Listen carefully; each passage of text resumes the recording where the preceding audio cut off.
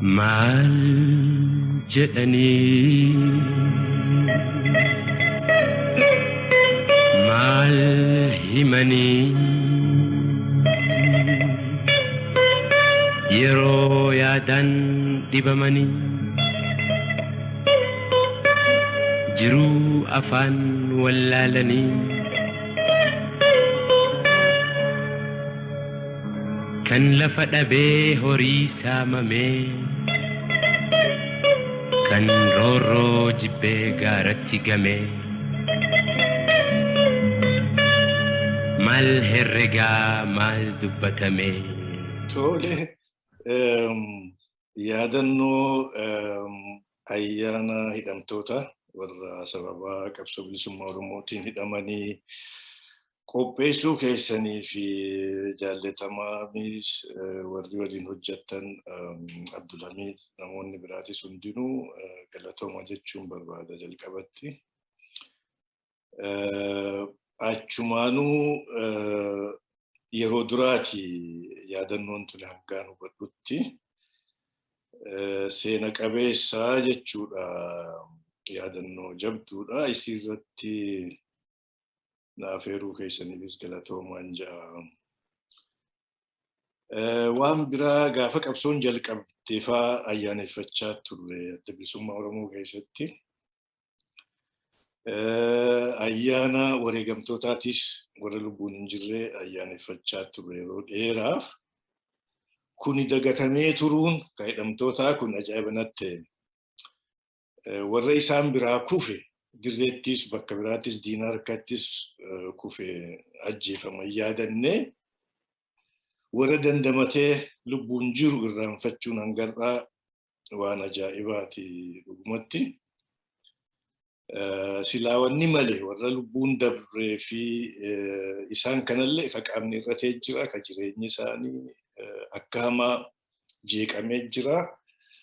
Wanni ta'uu malee silaa iyyaafachuu, hadhaadhiyyuu, gargaaruu isaanii fi warri isaan irratti hirkatullee akka jireenya isaanii kan nagaatti deebi'an taasisuu silaa barbaachisa. Akka if danda'anii jiraatan leenjii fi barnoonni kan barbaachisu kennamee fi akka if danda'anii jiraatan boonanii akka jiraatan taasisuu silaa barbaachisa. Kun hangarraan taanee hangarraa kunuu uummanni keenya har'aas taanaan hidhaanis itti fuftee waan jirtuuf bakka san hin geenye baay'ee nama gaddisiisa. Yaadachuun ammoo waan gaariidha, jalqabbii gaariidha. Waan gaarii jalqabdanii itti fufuun namarra jira, yaadachuun namarra jira. Haasawa har'aa kana qabxii afurii irrattiin waa jechuu barbaada. Dura hidhaa tanaan maali? Hidhaan irraa dubbannu tuni hiikkaa isii maal fakkaatti jechuun fedha. Waanuma gabaabduu irraa jechuu deema. Itti aansee sababaa hidhaa tanaa irraa xiqqoo waa jechuun fedha. Sadaffaan hidhaa yeroo adda addaatti mudatte akka boqonnaa chaaptarii adda addaatti na dhaga'ameen isaanirraa argaa dhageettii hanga tokko waa jedha. Qabxiin afuraffaa wanni hidhaa tuni hidhamtoonni polotikaa qabsoo uummata keenyaa tuni qaama qabsoo guddaa tokko dubbatamuu, baramuu, himamuu, barreeffamuu karaa adda addaatiin miidiyaa seenuu, barnoonni irraa argamuu fi dhalootatti aanuuf dabruu qaba waan jiruun jajjabeessuu fedha. Kanneenumarrattiin waa jajja'a yoo dheeressinatti himaaniin dhaaba. Tajalqabaa hiikkaan kennuu fi barbaadataniin jee hidhaa tanaan bifuma lamattiin kaayuu barbaade. Hidhaa qaamaa akkam Abubakar fa'aa eenyu jennu kana hidhamanii taa'uu tan warra ammaa hidhaa jiru. Abdii Raggaasaa, Keenyaa, lammii beenyaa eenyu jenna warra qaamaan hidhame kanaa fi hidhaammoo yaada tan sammuu ta'u manni keenya dabarsee fi keessa jiruun akka agarru barbaade. Tarra jabduu hidhaa sammuuti ta hedduu nu miite hidhaa yaadaati ta sammuuti. Uummanni afaan isaatiin barreesseen dubbifne ka afaan isaatiin hin barre uummanni hooggansa isaan filanne dururraa qabee hanga ammaa eega koloneeffatamnerraa qabee hanga ammaa uummata hidhaa guddoo keessa jiru. Uummataatu hidhaa keessa jira.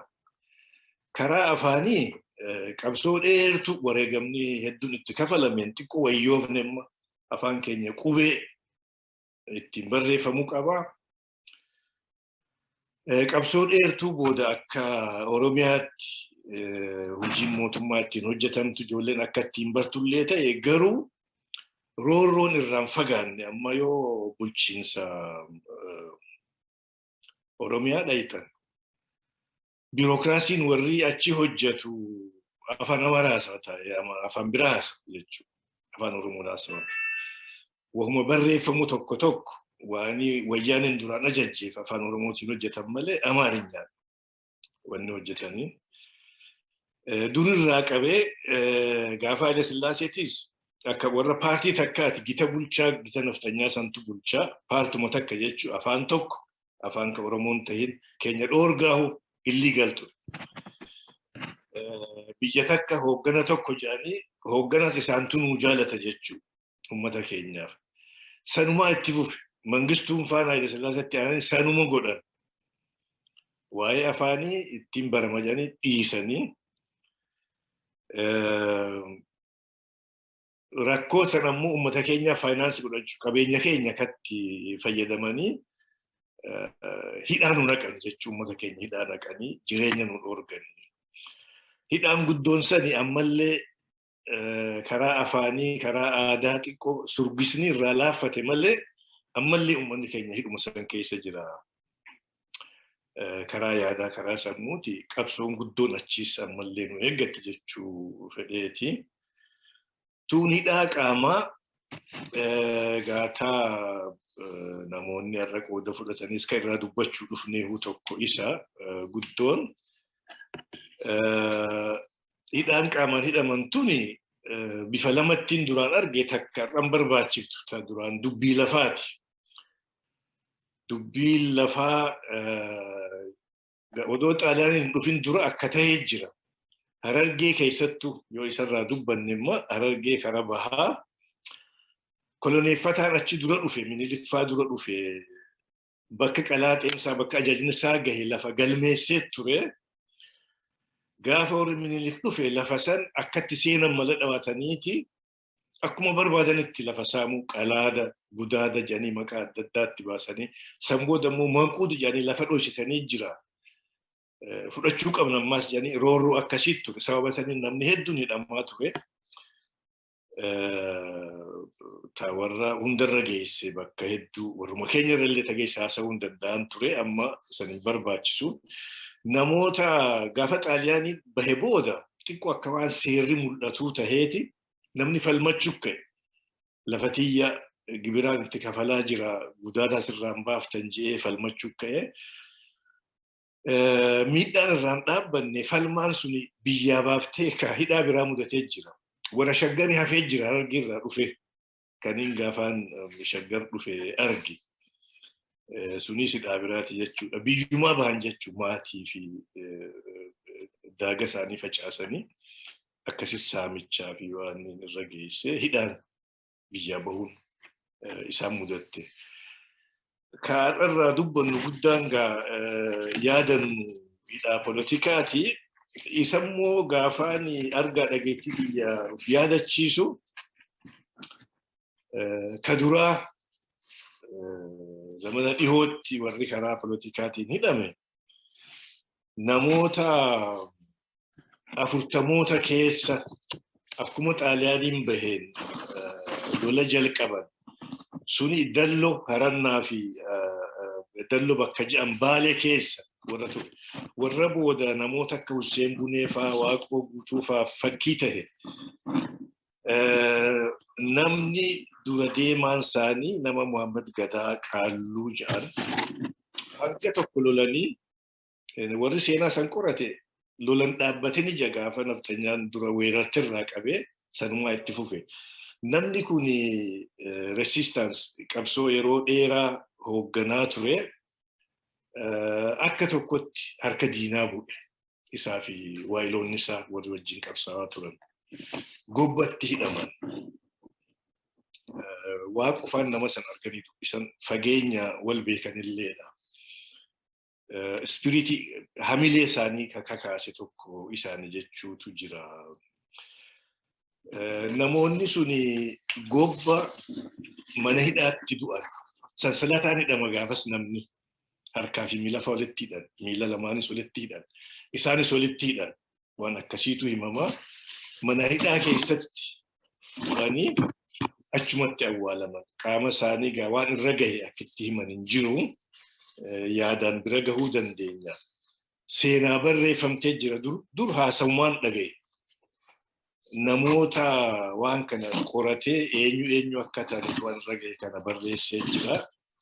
Seenaaf taa'uu qabdi jechuu fi yaadachiisa kana.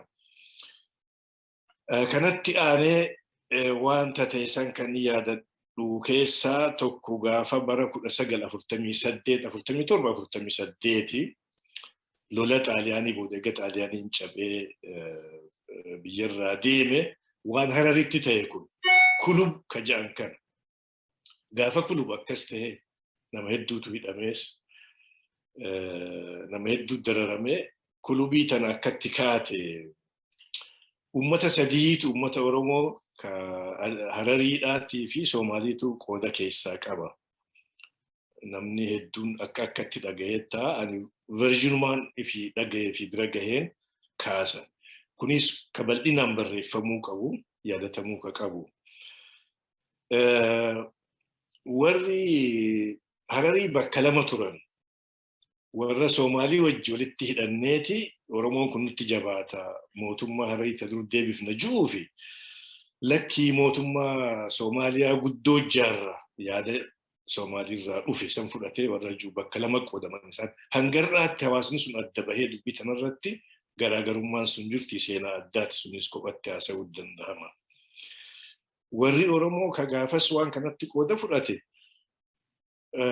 zamana durii mootiin Hararii fi warri afran qalloo gaafa sirna gadaatiin bitti bulaa turte waliini bulchiinsa qabanii odoo warri Minilikis hin dhufin warra Arabaatu gaafa lolan gaafa koloneeffataan dura achi gahe waliin lolanii hangi tokko. Mootummaa sanii deeffannaa warra Jumaalis gaafas biyya Oromiyaa deebifna jedhanii yaaduun fagoo turte gaafa suni namoota Hararii kanaa fi Soomaalota hanga tokko wajji taaneeti mootummaa Hararii deebifna jedhanii yaadan. Kan akkamittiin hubadhee namoota waan san keessa turaniin tokko lubbuun dhaqqabee haasofsiise. Oromoonni ani maqaa isaanii argadhee beeku kan namoonni hegere qorachuu barbaadan irraa ka'uu danda'an tokko nama Aliinuur jedhama. Nama waan san keessa ture nama dhaloonni isaa Baabbileeti. Namoonni lama amma maqaa isaaniin kaasu warra Dadaree diree dhawaatis namoonni turan ani liistii isaanii guutuun qabu. Namoota sadeen kanaan dhagaye ammoo kabiraan hedduu jira magaalaa diree dhawaatis ni jiran jedhanii warra kanaan dhagaye. Kan hidhame immoo gaafas fayyaa mudate kaniin dhagaye namoota Harariiti. Baay'eetu hidhame lakkoofsa isaanii argachuu hin dandeenye maqaa guutuu argachuu hin dandeenye house arrest geessan. Goretti dhagaafa Haayile Sillaaseen nama polotikaa akkasii keessa seene. Ormi garii Goojjaamitti hidhanis ka jirani. Namaan gaafaan magaalaa Harar jiraadhu barnoota irra ture haasofsiise manguddoo jara san argan irraa hin dhagaye kana. Bara hedduu hidhamaniiti gaafa dhufan itti baheen namni ilaalaa ture. akkatti hidhamanii fi akkatti bahan waggaa meeqa akka hidhaman diiteelii garii hin dhageenye. Garuu gaafa dhufan bineensa fakkaatan jedhan. Buttuu fakkaatan jedhanii himanii. Namni wal yaame itti yaa'ee ilaala. Qeensi biqilee buukiin itti magartee akkana lafa jalatti akka waan hidhamanii yeroo dheeraa. Akkatti bahaniis waan qoratamuu qabu. Walmi garii sababa akkatti bahan ka hime ni jira. San amma keessan seenu hidhaa hamtuu ture jechuu fi seenaa if dandeesse. Argaa dhageettiin an qabu tabiraa gaafaan an if baru jiru.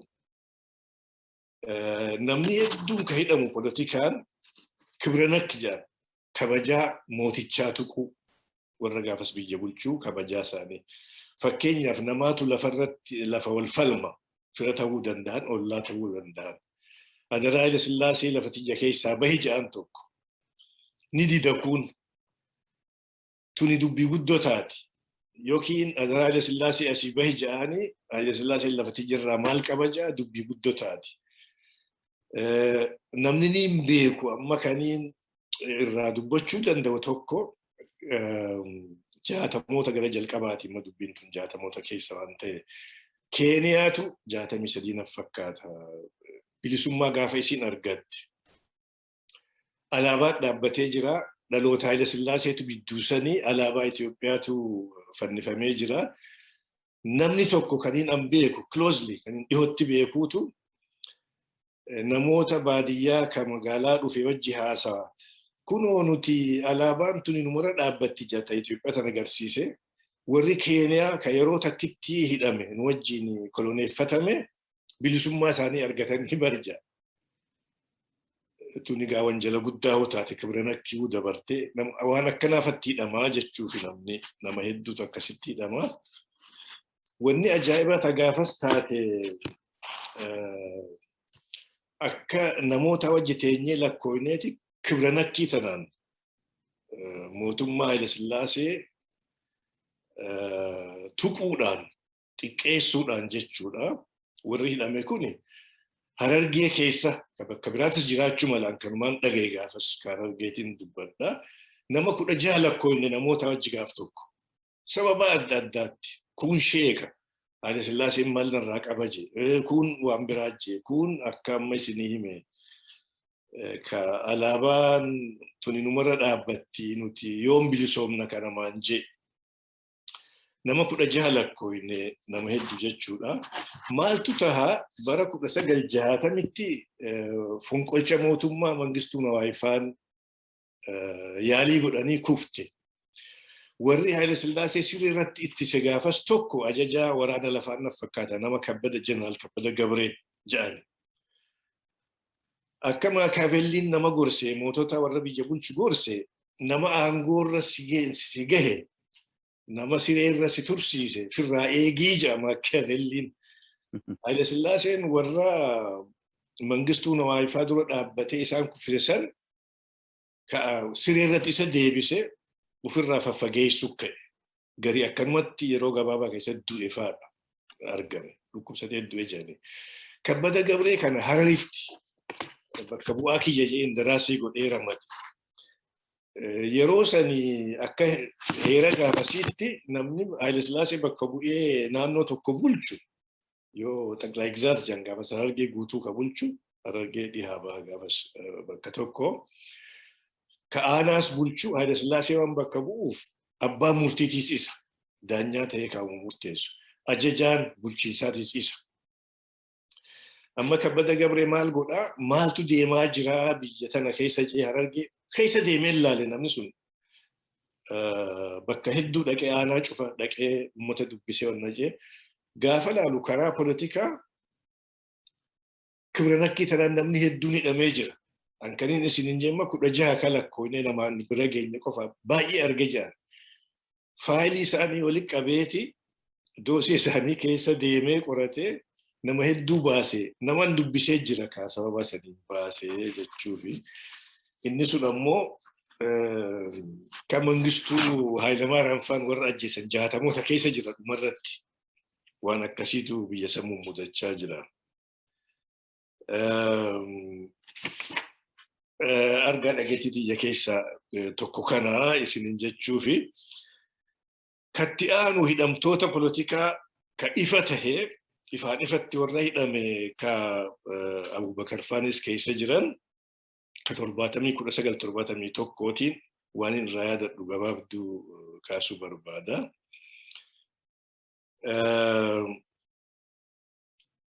Namoota hedduutu qabame gaafas garii shaggarii qabame garii diree dhawaatti qabanii warra diree dhawaa qabanis shaggar fidanii ani verjiinumaan dhageen irraa haasaa warri keessa jiru waan jiruuf caalaa keessa beekan isaan ni himanii. Warri dubbii san shaggar fide warra qabame keessa jira ka dubbiin bira geesse bartoota yuunivarsiitii nam lama isaan ni baafatan. Yusuf Bakarii fi Yohaannis Pheexroos Jaampiirra bira mataa godhuuf inni manjiru isaan ni baafatan. Namni lama ka isaan qunnaman jedhan yookiin warra alaa ergamee dhufe san qunnaman jedhan Baaroo Tumsaatii fi Abbaa Biyyaa Abbaa Jobrii isaan yeroo gabaabduu hidhamanii ragaatti dhaban. Waan ajaa'ibaa waan dirgii jalatti hafe waan gaafa wayyaaneetis hafe ammallee daranuu hammaate. Yeroo Haile Sillaasee san ragaan yoo qabaachuu baate falmuu dandeessa. Ragaatutti mul'atin ijaaniiti gadhiisanii jechuu fi Baaroo Tumsaatii fi Abbaa Biyyaa Abbaa Jobrii. Warra hidhaa keessa turan keessa ankanii maqaa hedduu dhaga'u. Misheelii fi Muusaa Abubakar kana eenyu nama 3-4 kan nama irraanfadhe. Garuu Misheelii fi Muusaa hedduun dhagaa warra wal jajjabeessaa ture warra hidhame kana mooraala isaanii kakaasaa turan jedhanii oduu dhagee.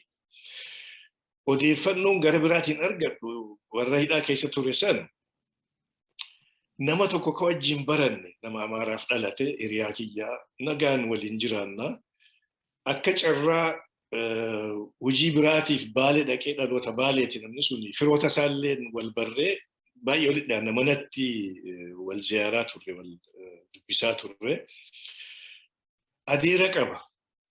Amma warri gaafas dubbii san keessa jiru warri hidhame naa mirkaneessuu danda'an. Adeerri isaa kuni abukaattoo jara keenya kanaa ture.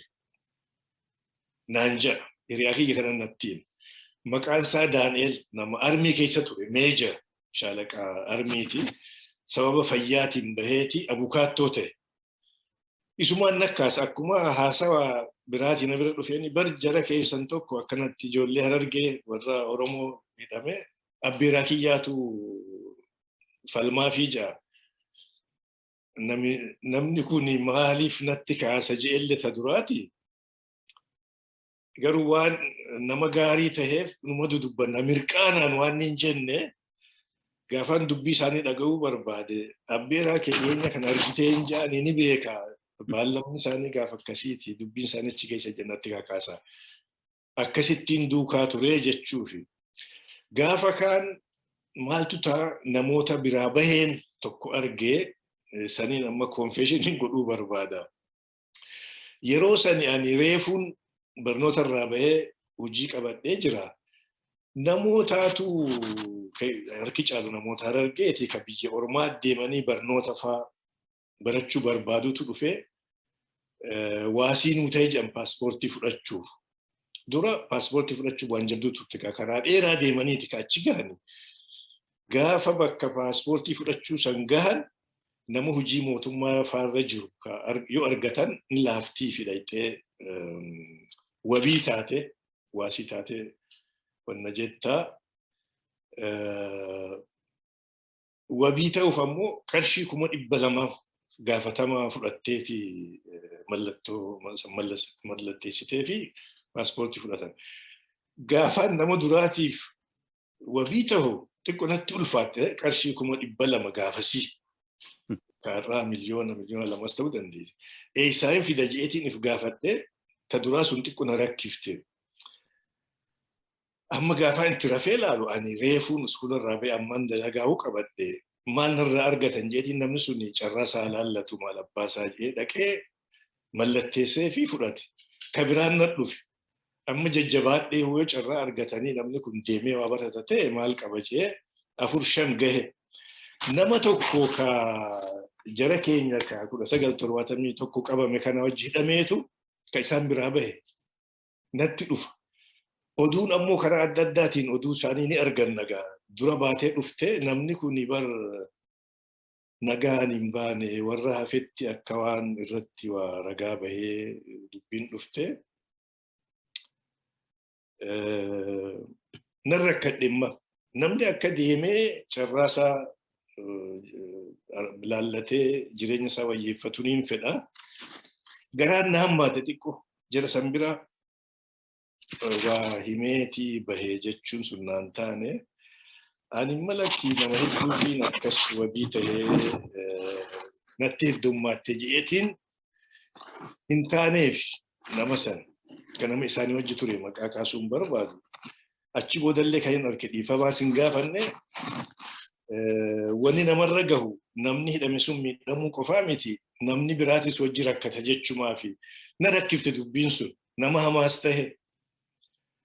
Dubbii politikaa saniif ammoo garaan sana hammaate namni kun teesseetis wajji haasofte adda baasuunis nama rakkifte haala yeroo sana keessatti akka nama tokkotti illee waan akkasiin irra gahe jechuu fi himachuu fi miti muuxannuma keessa dabarte kaasuu fi waan himatanii nama san gargaaruu irraa qabde hidhamtoota politikaa keessaa ka biraa ka 60moota keessaa raawwate sochii Maccaa fi Tuulamaa yeroo duraatiif biyya keessa Oromoonni naannoo adda addaatii fi uummanni ollaallee itti miseensome sochii guddoodha. Sochiin suni maqaan Oromootiin ijaaramuun gaafas dhoorgaa turte seeraan. Maccaa fi Tuulamaa damee Oromoo gurguddoo lamaanirraa walitti baasaniiti akka galmaa'uuf jecha akkas godhanii garuu Oromoon fi uummanni biraatis ni beekaa. Namoonni immoo achi keessa seene gita adda addaa hojjetaa fi qotee bulaa irraa qabee abbootiin lafaa ka keessa jirtu. Birookiraatonni gurguddaan keessa jiran warri Magiilii fi Haarvaard barate cufti keessa jiranii. Barattoonni anu barataan ture gaafasi freshman irraa hin miseensa ture. Jaarmaa akkasiiti egaa jaarmaa politikaa ijaaruutu hin danda'amne gaafas seeraan. Warrumti biyya bulchuu gaafas akka naannoo adda addaatti amma warri Minjaariis, warri Manziis, warri Goojjaamiis, Guraagenis adda addatti namuu ijaaramee karaa tolchuu sababa karaa tolchuu fa'aadhaan ijaaramani. Oromoonni kunis akkasuma jalqaban. Oromoonni jalqabe kun ammoo cream of the society warra jambeetaa warra karaa barnootaas muuxannoo hojiitiis yoo sabboonummaa barbaachise sabboonummaa Oromootiif ka Itoophiyaallee warra qabu gaafa Xaaliyaanii warra Xaaliyaanii lole faatu hedduun keessa jira. Ka Xaaliyaanii hidhe hanga dhumaatti ka Xaaliyaanii lolan fa'aa keessa jira. Warra kanaatu sababa karaa tolchuufaan jalqabanii sababa silaa mootummaan hin gargaartu uummata keenya akka advokaasii jalqabanii kiliinikii fa'aa ijaaruu mana barnootaa fa'aa ijaaruun jalqaban. Egaa dubbiin Oromoo silaahuu politikaan hanqattu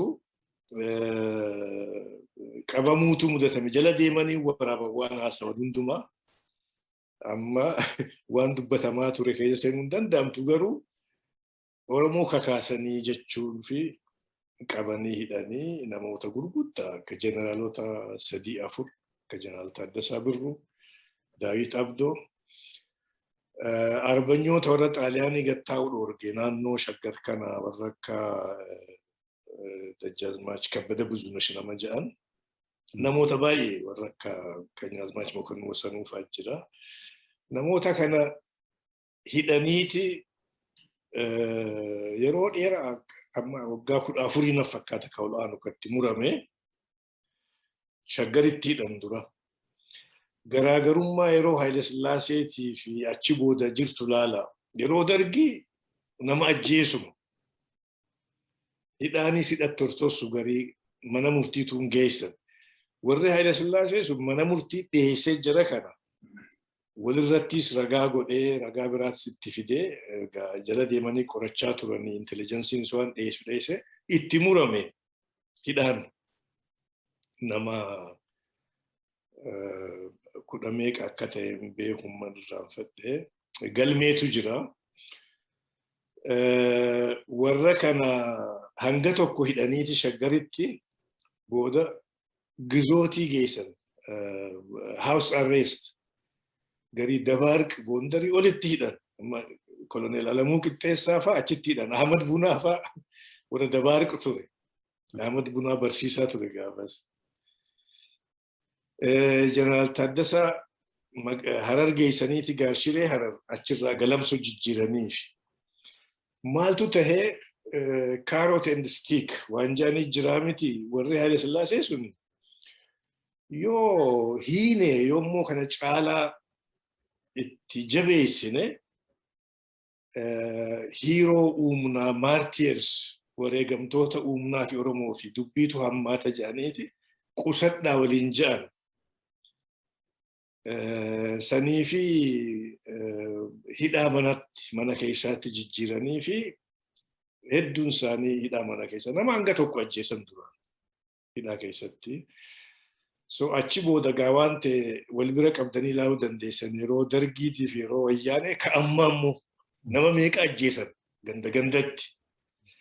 Ka ammaa bakkitti hidhamanuun beekamtu. Kuma meeqaanis hin beekamtu iddoon hin beekamtu. Gaa hojiin qabsoo Oromoo ammallee fagoo jirtii jechuu fi kabiraa waaniin dhagaye keessaa hidhaan silaa itti fufte achi boodaasi. Yeroo Mangistuu miseensonni keenya hoogganoonni sadarkaa adda addaa fi uummanni gargaartonni deeggartoonni baay'eetu hidhame akkuma namuu quba qabu.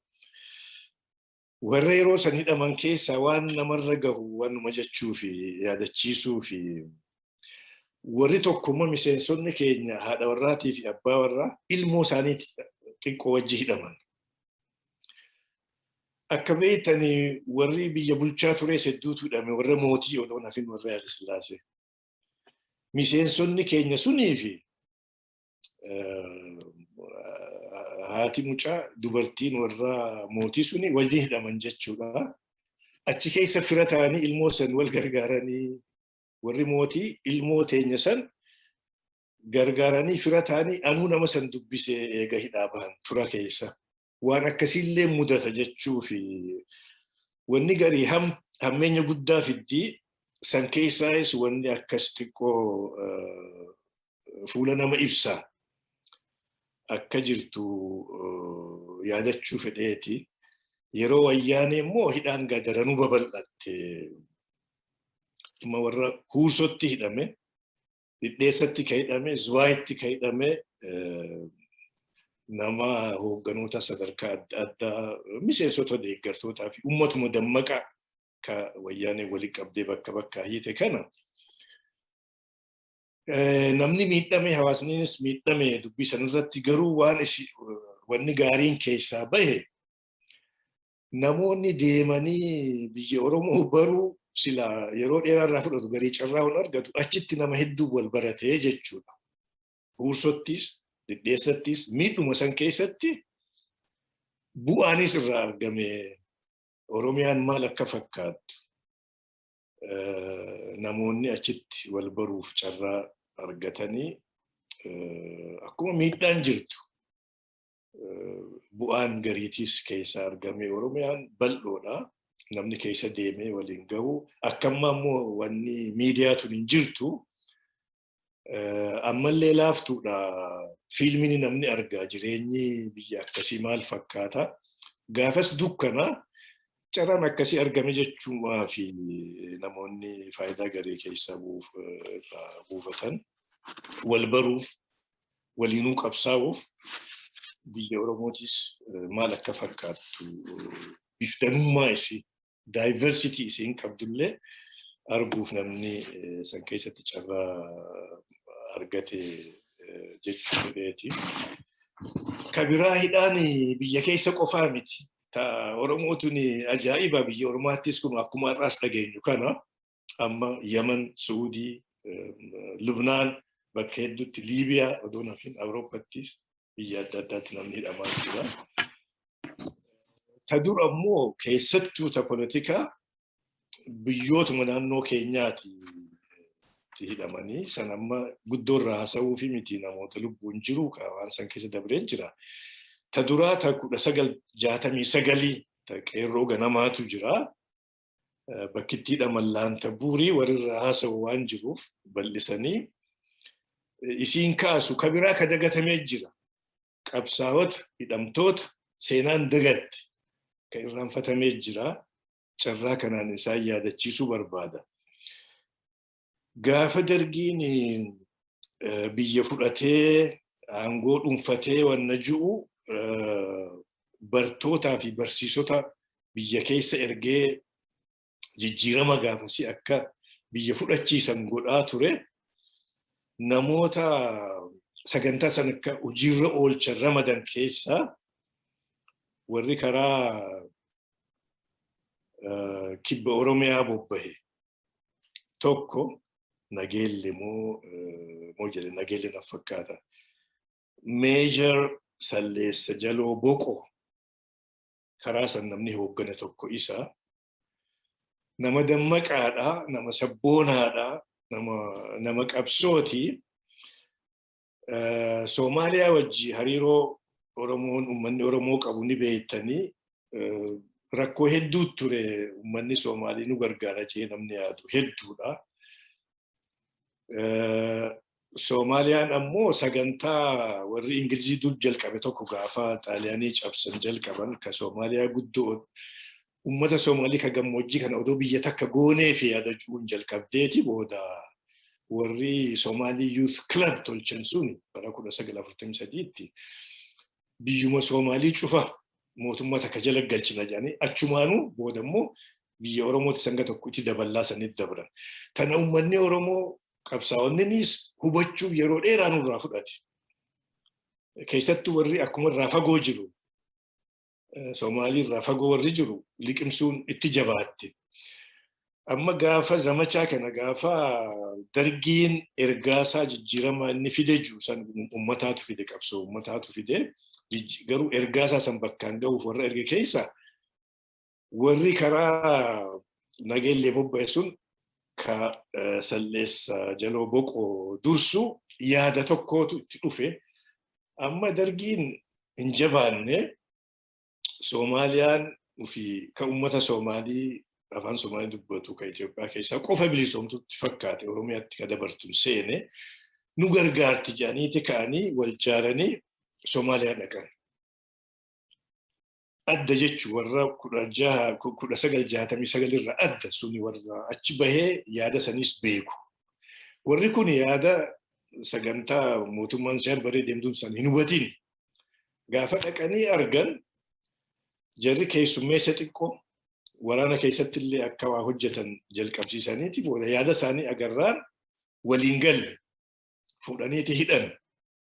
Hidhaa naqanii hamii adda addaatu jira. Hidhaa tana gaafa addi bilisummaa Oromoo Soomaaliyaa wajji hariiroo haaromfatee waliin hojjechuu wal mari'achuun jalqabamtu bara 1978 irraa itti kaasutti kaane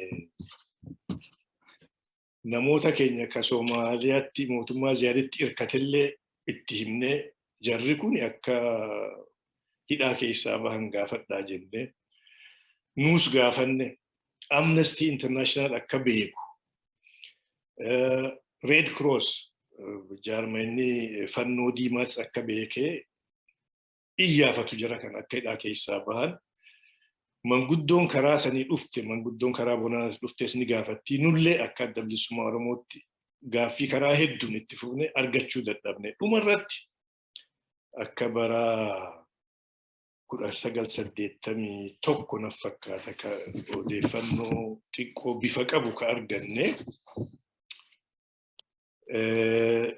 nama afurii kaniin maqaa isaanii qabu ka dubbii isaanii jala deemaa turre namni caalaa ta'uu mala Salleessa Jaloo Boqoo Saar Jaarsoo Moluu Boruu Liiban Sakoo Aadam Jaatanii Annaa namoota jedhan dhumarratti mana hidhaa labaattan jiri jedhan beedhaa ka ture achitti namni nuu hime achitti akka jiran.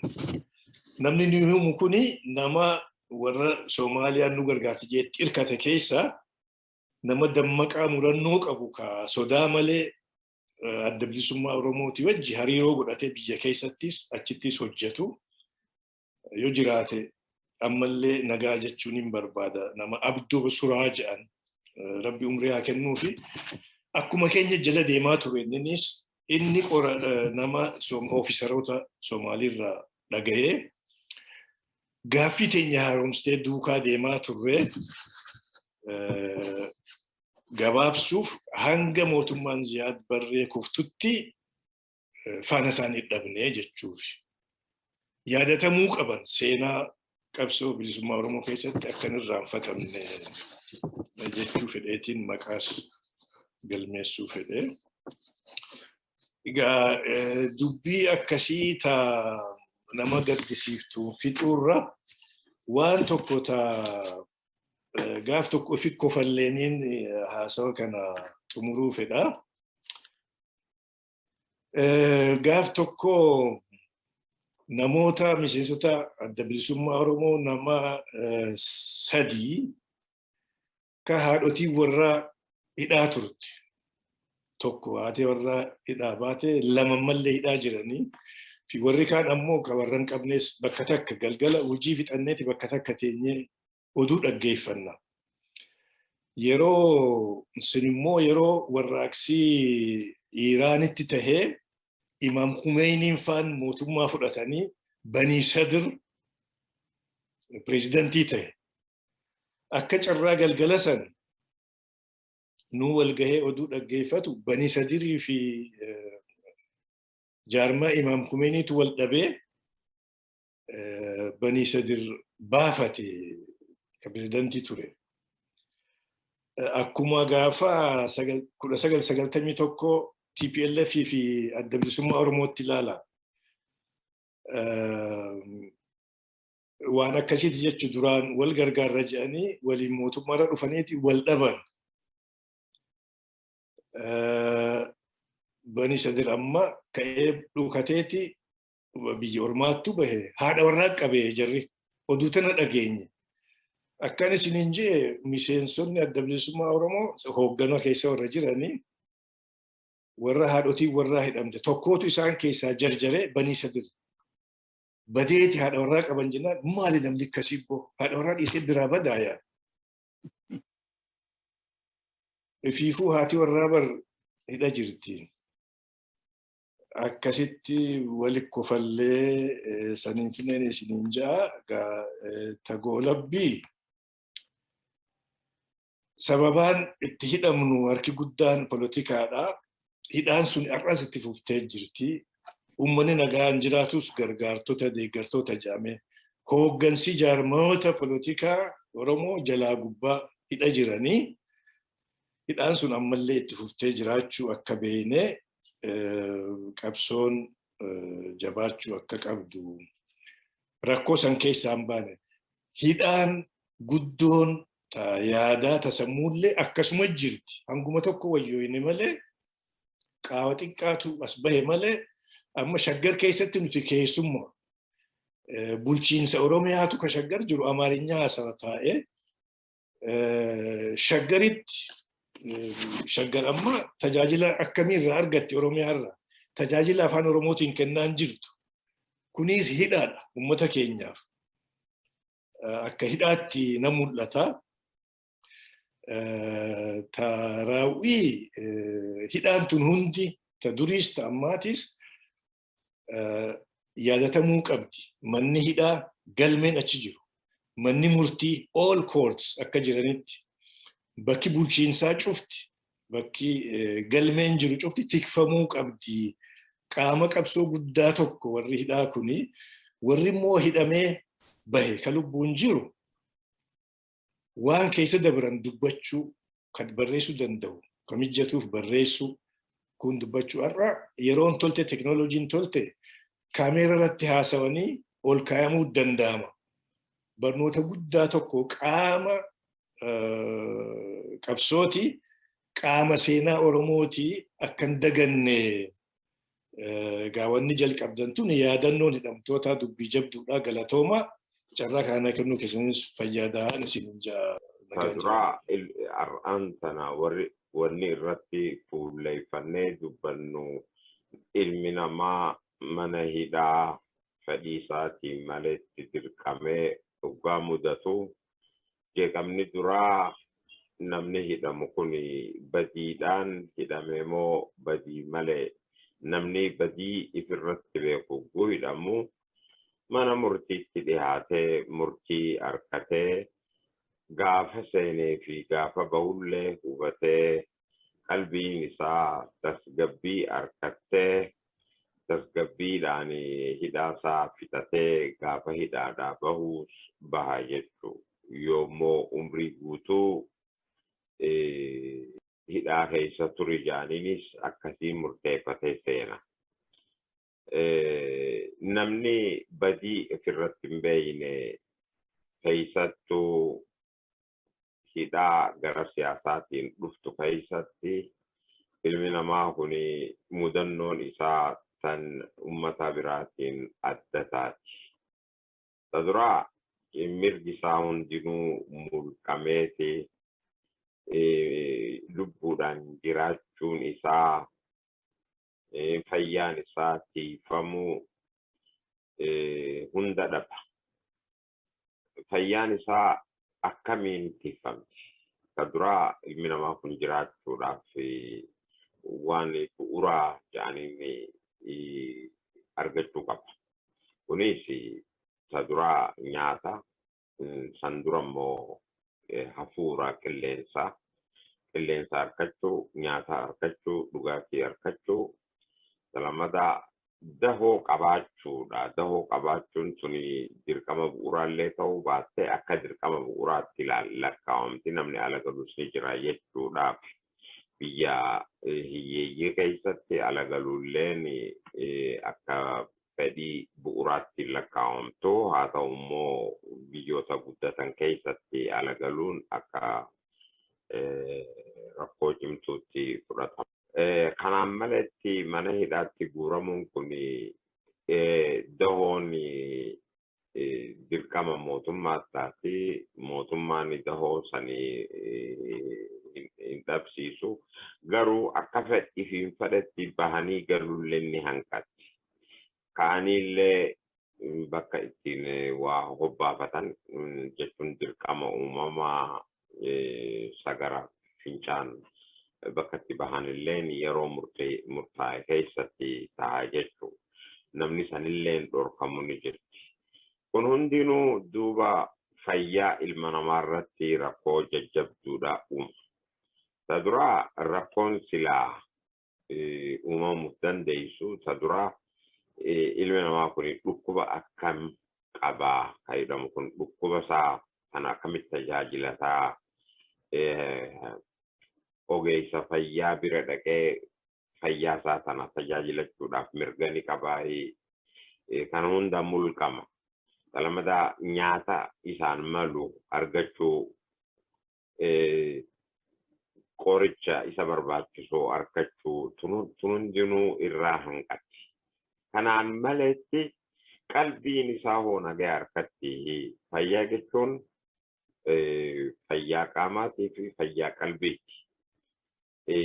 Fayyaan qaamaa nyaata, hafuura gahaa, dahoo harkachuu, dhukkuba yoo qabaate dhukkubni isaa sun wal aanamee furmaata waaraa namni jiruudhaan waaruu hallettuun jiru hanga lubbuun jirtu tajaajila isa barbaachisu harkachuu jechuudha. Kana hunda dhaba namni hidhame. Qorichi kan namuufis qoricha isa fayyisu osoo hin ta'in kanuma beekee laalaa yoo qabaate laalaa san itti cabsu ta'uunillee ni mala.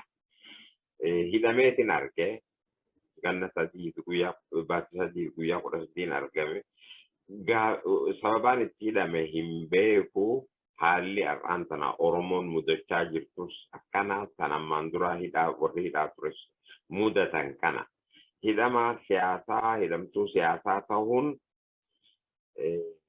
sababa itti hidhamte hin beektu sababaan ilaalcha qabdu yookiinis haayoo ati manaa baateef san ta'uun mala haayoo manaa baateef san sababaa san godhachuudhaani humnoonni haayoo san faalleessuu fedhan qabanii si hidhan jechuudha. Hidhamtu jeeqama qalbiitis dhufa.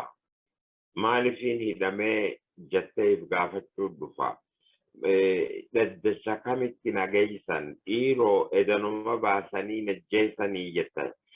Jeeqama qalbiitis keessa dhufa. Jeeqamni qalbiidhaa kuni fiiziyoolojii jennaan akkaataa qaamni keessaa qaama keessaa ittiin hojjetu hunda faalleessa. Hormoonota adda addaati jira. Hormoonni kuni waa hedduu balleessan. Jechuun fiiziyoolojii yeroo jeequmsaati. Qaamni jeeqame qalbiin jeeqamte qaama hundaatu hojiin isaa faallaa. Haala kana keessatti hirriba dhabuu jira. Onneen akka malee dhawachuu dhufa. Hafuurri kunis sirriitti qaama keessa meeratee dhiigaa wajjin qaama kana hadhaadhiyyuu dhabuun mala. Kanaafuu umriin namaa tuni akka waan qarreerra ejjituutti lakkaawamaa jechuudha. Keessi qaamaa. Sababa kanaatiif mudannoo akkamtu irraan gahuu danda'a. Namni qalbiinsaa jeeqamte shakkii hedduu keessa seenaa. Shakkiin keessa seenu tuni qaama keessatti qalbiin sabaata qabaattee akkan sossoonee godha. Kunis hanga lubbuu fi jibbuurra nama geessa. Lubbuu fi ugguu jibban jireenyi kiyya kun inumaatu ani jiraachuudhaan hin toluu nama keessatti uumuudhaan dhaaruun mala. Haalli kun lubbuu qarreerraan ga'anii iffannisuu, ifajjeessuu, nyaata lagachuu, dhugaatii lagachuudhaan fidaa. Kunis umrii nama gabaabsa jechuudha. Kuni tokko.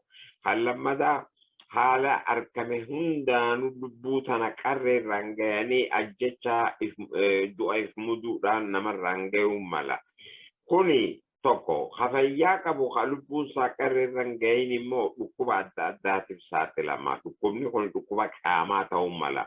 Yooti dhukkuba jalaa qabaate rushii waan akka sukkaraa yoo qabaate dhiibbaa dhiigaa yoo qabaate dhawanni onneedhaan ni ija'a. Hormoononni adda addaa faffaca'anii sukkarri kuni akka to'annoo jalan oollee godha. Dhiibbaan dhiigaa kan ixxaanne godha. Kun hundinuu mataa keessatti dhiigni faffaca'u sukkarri ol ka'ee gaggaba adda addaatiif nama saaxilu if wallaalu namarraan ga'ee lubbuudhaan qabaachuu dhabuudhaan umriinis gabaabbachuun ni mala. Kuni akkana. Habiraa nyaatni qixxaasaan jiraachuu dhabuun amma qaamni kuni waan nyaatu argachuu dhabuudhaan qaamni if nyaachuu eegala. Huqqachuu, waraansilleen namatti bal'achuu, kofoon namarra bal'achuu, kopheen namarra bal'achuu.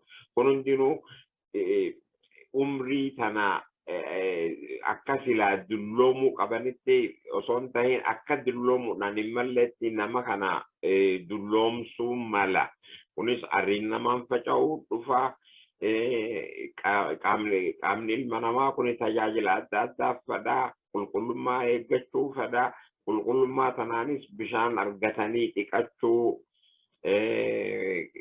if tottolchuu, huccuu miiccachuu tana hundaan namarraa hanqata. Kuni akkasi. Habiraa nama hedduu wajjin guugalan haalan adda addaatiif nama saaxila. Kuni maali?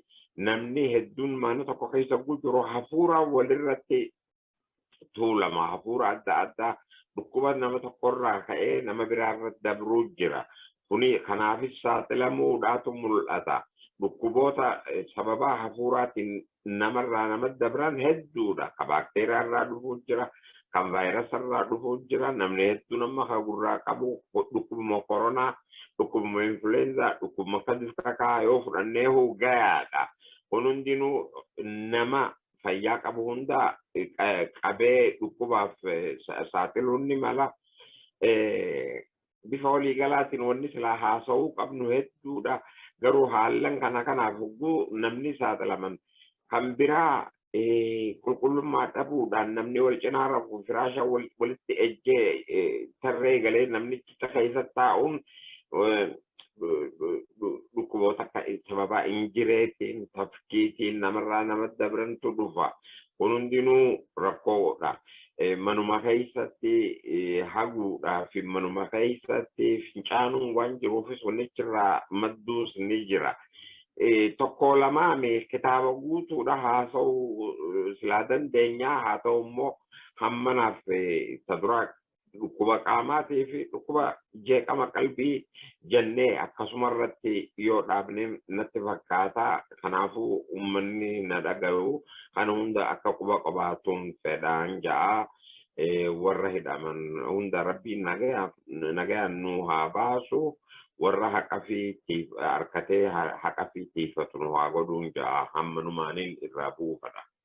Maal jedhanii maal himanii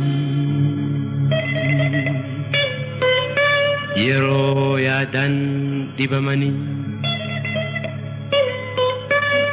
jiruu afaan wallaalanii kan lafa dhabee horii saamamee kan roorroo jibbee gaaratti gamee maal herregaa maal dubbatamee